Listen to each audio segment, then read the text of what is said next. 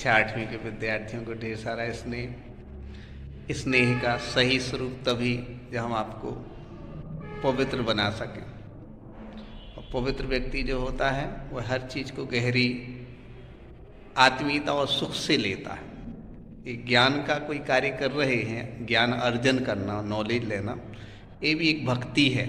इसके लिए ज्ञान आराधना कहते हैं, मतलब भक्ति के साथ उस ज्ञान को लेना, तो उससे लाभ होता है, ऊब भी नहीं होती और कोई बात बहुत हृदय से समझ में आती है।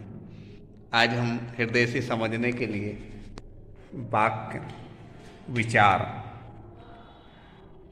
इसमें वर्ण और वर्ण से शब्द बनता है और शब्द से वाक्य बनते हैं। और जब वाक्य हमारे सामने आता है तो उसका और विस्तार से समझने का मन होता है, जिज्ञासा होती। वो सारी बातें आज हम पूरे हृदय से, भक्ति से, अपनत्व से समझेंगे। पाठ 13 वाक्य विचार। बेटा आपके अंदर जिज्ञासा होगी कि सर ये व्याकरण ही व्याकरण चल रही है, वसंत पाठ्य पुस्तक अभी आगे वो भी करेंगे बेटा। हमें ये 2 पाठ और अभी निर्णय किया है कि पाठ 13 और 14 पूर्ण करेंगे और उसके बाद फिर वसंत पर आएंगे, ताकि व्याकरण थोड़ी कठिन होती है तो प्रारंभ में हो जाए, उसके बाद पाठ भी हम पढ़ाएंगे। वाक्य विचार। बच्चों,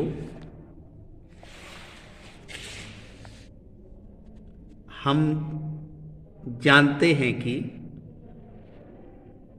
हमारे मुंह से निकली हुई ध्वनि से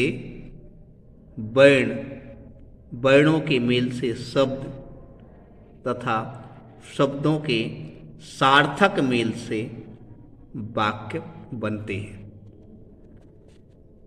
एक वाक्य में अनेक शब्द होते हैं तथा इन शब्दों को पद कहते हैं। शब्दों को पद कहते हैं। ये सभी पद मिलकर वाक्य का पूरा अर्थ प्रकट करते हैं। जैसे एकांश पुस्तक पढ़ रहा है, प्रखर पतंग उड़ा रहा है। अब परिभाषा देखेंगे तो और स्पष्ट हो जाएगा। किसी भाव या विचार को व्यक्त करने वाला पदों का व्यवस्थित सार्थक समूह वाक्य कहलाता है। जैसे माँ महान होती है, ये भाव है या विचार है।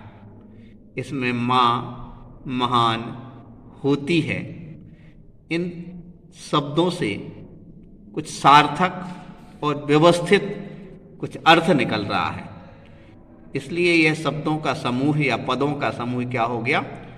वाक्य हो गया। इसलिए परिभाषा स्पष्ट हो गई। किसी भाव या विचार को व्यक्त करने वाले पदों का व्यवस्थित सार्थक समूह वाक्य कहलाता है। वाक्य के अंग या वाक्य के पार्ट जो अलग अलग होते हैं वह 2 होते हैं। वाक्य के 2 अंग होते हैं। जैसे अपने शरीर के विभिन्न अंग होते हैं, आँख, कान, नाक, हाथ, पैर, ऐसे ही वाक्य के 2 अंग होते हैं। एक उद्देश्य और दूसरा विधेय। ये बेटा नए शब्द लग रहे होंगे, लेकिन अर्थ की दृष्टि से हम देखेंगे तो अच्छे से स्पष्ट हो जाएंगे। उद्देश्य एक व्यू, एक एम। मयंक बाजार जा रहा है, रचना चित्र बना रही है।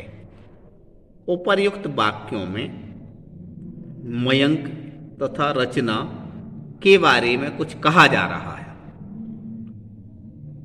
परिभाषा हो जाएगी, वाक्य में जिसके विषय में कुछ कहा जाता है उसे उद्देश्य कहते हैं। वाक्य में जिसके विषय में कुछ कहा जाता है उसे उद्देश्य कहते हैं। जैसे रचना के संबंध में या मयंक के संबंध में कुछ कहा जा रहा है, इसलिए मयंक या रचना क्या हो गए? उद्देश्य हो गए। अब दूसरा भाग होता है विधेय, चिड़िया दाना चुग रही है, बच्चे पतंग उड़ा रहे हैं। उपर्युक्त वाक्यों में दाना चुग रही है तथा पतंग उड़ा रहे हैं विधेय हैं, क्योंकि ये कार्य कर्ता या उद्देश्य द्वारा किए जा रहे हैं।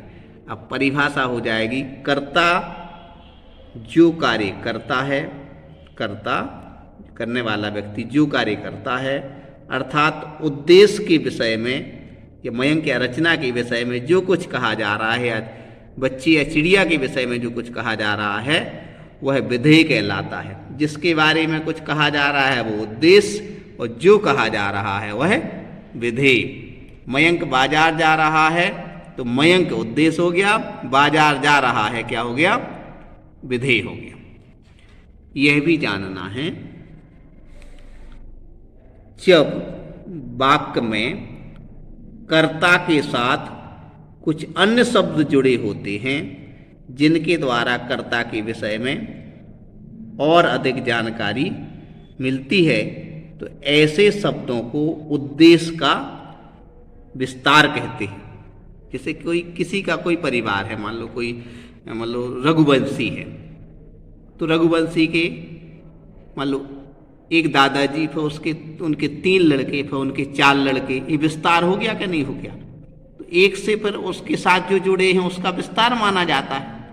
ऐसे ही मान लो उद्देश्य है मयंक, तो ये मयंक क्या हो गया, एक, और उसका फिर विस्तार। उदाहरण भी देखेंगे, अनेक विद्यार्थियों ने गायन प्रतियोगिता में भाग लिया।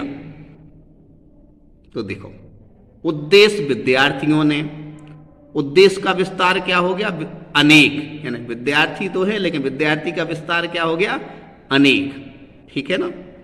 अब विधेय का अर्थ क्या होता है, जो कुछ कहा जा रहा है। जैसे हमने कहा था कि बच्चे पतंग उड़ा रहे हैं, ये पतंग उड़ाना क्या हो गया, विधेय। या दाना चुग रही है, दाना चुग रही है क्या हो गया, विधेय। तो अब विधेय का भी विस्तार होता है, जैसे भाग लिया, भाग लिया, ये तो विधेय हो गया। लेकिन गायन प्रतियोगिता में अब विधेय को भी और आगे बढ़ा दिया, भाग तो लिया लेकिन किस चीज में, गायन प्रतियोगिता में। तो यह गायन प्रतियोगिता क्या हो गया, विधेय का विस्तार। एक बार फिर से बेटा, उद्देश्य जैसे विद्यार्थियों ने, अब उद्देश्य विद्यार्थियों की भी और गहरी बात हो गई क्या, अनेक, तो यह उद्देश्य का विस्तार हो गया। ऐसे ही विधेय भाग लिया, अब इसकी भी और गहरी बात हो गई क्या, गायन का प्रतियोगिता में। तो गायन प्रतियोगिता में क्या हो गया, विधेय का विस्तार। स्पष्ट हो रहा बेटा। यदि आप संतुष्ट होते हैं तो हम निश्चिंत रहते हैं। जरूरी नहीं हमारा सिलेबस ऐसा हो कि जल्दी हो जाए, सिलेबस तो हो लेकिन आपकी समझ में भी आए बेटा। एक बार फिर से, विधेय और उद्देश्य ये काहे के भेद हैं, वाक्य के अंग हैं, वाक्य के भाग हैं। अब उद्देश्य क्या कहलाता है, पहला क्या, उद्देश्य कहलाता है जिसके संबंध में कोई बात कही जाती है, जो कार्य करने वाला व्यक्ति होता है वह उद्देश्य कहलाता है। जैसे मयंक बाजार जा रहा है, तो मयंक जिसके संबंध में कोई बात कही जाती है वह उद्देश्य हो गया। परिभाषा भी है, वाक्य में जिसके विषय में कुछ कहा जाता है वह उद्देश्य कहलाता। ठीक है ना। विधेय क्या कहलाता है, जो बात कही जाती है, जैसे बाजार जा रहा है, ये कहा जा रहा है, ये बात कही जा रही है, तो यह क्या हो गई, विधेय हो गई। इतनी तो सामान्य बात थी। अब इसका थोड़ा सा और विस्तार देखना है। उद्देश्य के साथ कुछ और अन्य शब्द जुड़े होते हैं, जैसे उद्देश्य विद्यार्थी हो गया, अब उसमें एक और शब्द जुड़ा है अनेक, तो यह उद्देश्य का विस्तार कहलाएगा। ऐसे ही गायन प्रतियोगिता में भाग लिया, तो भाग लिया ये तो क्या हो गया, विधेय हो गया। लेकिन गायन प्रतियोगिता में ये और शब्द जुड़े हैं इसमें, तो ये हो गया विधेय का विस्तार। ठीक है ना। वाक्य का वर्गीकरण। वाक्य का वर्गीकरण दो प्रकार से किया जाता है, अर्थ के आधार पर, रचना के आधार पर। अर्थ के आधार पर वाक्य के भेद। अर्थ के आधार पर वाक्य के 8 भेद होते हैं। अब इसको आप थोड़ा सा समझिएगा। जैसे 50 बच्चे हैं, 50 बच्चों को अपन पहले अंकों के आधार पर विभाजित करें कि जो फर्स्ट डिवीजन, सेकेंड डिवीजन, तो 2 पार्ट हो जाएंगे।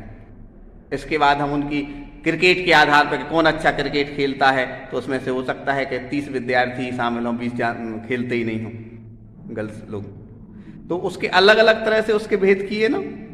ऐसे ही अभी वाक्य के भेद अर्थ के आधार पर समझ रहे हैं। कितने? 8 भेद होते हैं। विधानवाचक, निषेधवाचक, प्रश्नवाचक, संकेतवाचक, संदेहवाचक, इच्छावाचक, आज्ञावाचक और विस्मयवाचक। विधानवाचक क्या कहलाता है? जिस वाक्य से किसी क्रिया के करने या होने का सामान्य रूप से बोध हो, उसे विधानवाचक वाक्य कहते हैं। जैसे तुषार विद्यालय जाता है, आप पढ़ रहे हैं, पक्षी उड़ते हैं। एक क्रिया का सामान्य रूप से होने का बोध हो रहा है, ठीक है ना। कोई कार्य सामान्य रूप से संपन्न हो रहा है तो वह विधानवाचक, ठीक है ना। इसके बाद आता है निषेधवाचक। जिस वाक्य से किसी कार्य के या क्रिया के न होने का बोध हो, निषेधवाचक। जैसे शीला नृत्य नहीं करती, माँ बाजार नहीं जाती। यहाँ नहीं शब्द आता है, नहीं होने का भेद। इसमें नहीं के साथ बेटा भाव भी जुड़ा होता है। जैसे वहां मत जाओ, अब मत शब्द आया, वो नहीं तो नहीं है, लेकिन नहीं जाने का बोध तो उसमें हो रहा है, तो वास्तव में वह भी क्या कहलाएगा? निषेधवाचक ही कहलाएगा। अब प्रश्नवाचक। जब वाक्य में कोई प्रश्न पूछा जाता है तो उसे प्रश्नवाचक वाक्य कहते हैं। जैसे शिवांक कहाँ जा रहे हो? क्या सुमेधा नृत्य करती है? या आप वीडियो देख रहे हैं तो उस दौरान माँ कह रही है आप इधर उधर कहाँ जा रहे हैं, या आप पढ़ाई क्यों नहीं कर रहे हैं? तो ये सब बातें प्रश्न पूछी जा रही हैं, तो ये वास्तव में प्रश्नवाचक। संकेतवाचक।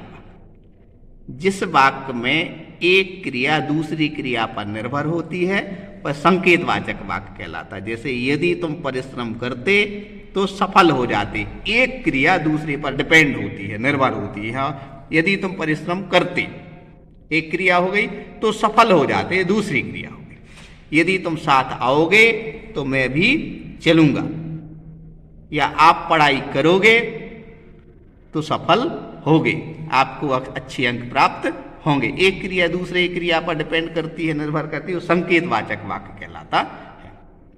उसमें संकेत होता है कि ऐसा करोगे तो ऐसा हो जाएगा, ठीक है ना। संदेहवाचक वाक्य। जिस वाक्य में किसी कार्य के पूर्ण होने में संदेह प्रकट होता है उसे संदेहवाचक वाक्य कहते हैं। जैसे शायद आज धूप ना निकले, ये तो वाक्य बिल्कुल सही हो गया, नहीं थोड़ी थोड़ी सी तो निकल आई है। तो क्या है? शायद आज धूप ना निकले, संभव है आज भी हमारे घर आए, ये संदेह की स्थिति हो, है ना। इच्छावाचक। जिस वाक्य द्वारा वक्ता की इच्छा, शुभकामना, आशा, आशीर्वाद की भावना का पता चलता है, इच्छावाचक। आपको जन्मदिन की हार्दिक शुभकामनाएं, तुम्हें दीर्घायु, ईश्वर तुम्हें दीर्घायु प्रदान करे, शुभकामनाएं हो, भावनाएं हो, इच्छा हो, आपकी यात्रा मंगलमय हो, ये सब इच्छावाचक। आज्ञावाचक वाक्य। जिस वाक्य से आज्ञा, अनुमति, प्रार्थना अथवा आदेश का बोध होता, ऑर्डर होता है, आज्ञा होती है, अनुमति होती है, प्रार्थना भी होती है। देखो ये दोनों विरोधाभास लगता है, लेकिन प्रार्थना करना भी क्या है? आज्ञावाचक है। आप जा सकते हैं, सभी प्रश्नों के उत्तर दीजिए। इस क्या हो गया? सभी प्रश्नों के उत्तर दीजिए या आप जा सकते हैं। कृपया शांत बैठिए, कृपया आपको अपने कार्य पर ध्यान देना है, कृपया कर। इस बात हमारा बोलने में स्पष्ट नहीं हो रहा। और कृपया वाहन यहाँ लगाइए, आता ना। तो एक कृपया शब्द भी लगा दिया तो एक प्रार्थना का भी सूचक है, विनम्रता का भी सूचक है। अकेला आज्ञा का अर्थ ऑर्डर नहीं होता, हार्टली, हृदय से किसी चीज को कार्य कराना है तो विनम्रता से भी, प्रार्थना से भी कहा जा सकता है। इसलिए शब्द आया बेटा यहाँ, क्या? प्रार्थना का भाव भी इसमें होता है। आखिरी है विस्मया या विस्मयवाचक। जिस वाक्य से हर्ष, शोक, प्रसन्नता, घृणा तथा आश्चर्य का भाव आता है उसे विस्मयवाचक वाक्य कहते हैं। वाह कितना सुंदर नजारा है, हे राम ये क्या हो गया, जहाँ आश्चर्य हो, विस्मय हो। अभी हमने पिछले उसमें पढ़ा था, अरे कितने सारी डिटेल आया था उसमें, आपने देखा था ना। तो ये सब विस्मय की शब्द हैं। तो इस तरह अर्थ की दृष्टि से वाक्य के 8 भेद होते हैं। आज हमने क्या क्या पढ़ा बेटा? वाक्य किसे कहते हैं, वाक्य के 2 अंग, उद्देश्य और विधेय, उसमें भी थोड़ा विस्तार से समझा, उद्देश्य का विस्तार और विधेय का विस्तार। अब वाक्य के अर्थ के आधार पर हमने 8 भेद समझे। विधानवाचक वाक्य, जिसमें कोई कार्य या क्रिया पूर्ण सामान्य रूप से होती है। प्रश्नवाचक वाक्य, निषेधवाचक वाक्य, संकेतवाचक वाक्य, संदेहवाचक वाक्य, इच्छावाचक, आज्ञावाचक और विस्मयवाचक। आप सब ज्ञान की आराधना करें, भक्ति निर्मलता से अपने मन को पवित्र बनाएं और जो विषय काम दिया है उसको हृदय की ईमानदारी से करें, ताकि जीवन आपका भी सुखी हो, हमारा भी सुखी हो। सभी बच्चों को ढेर सारा स्नेह।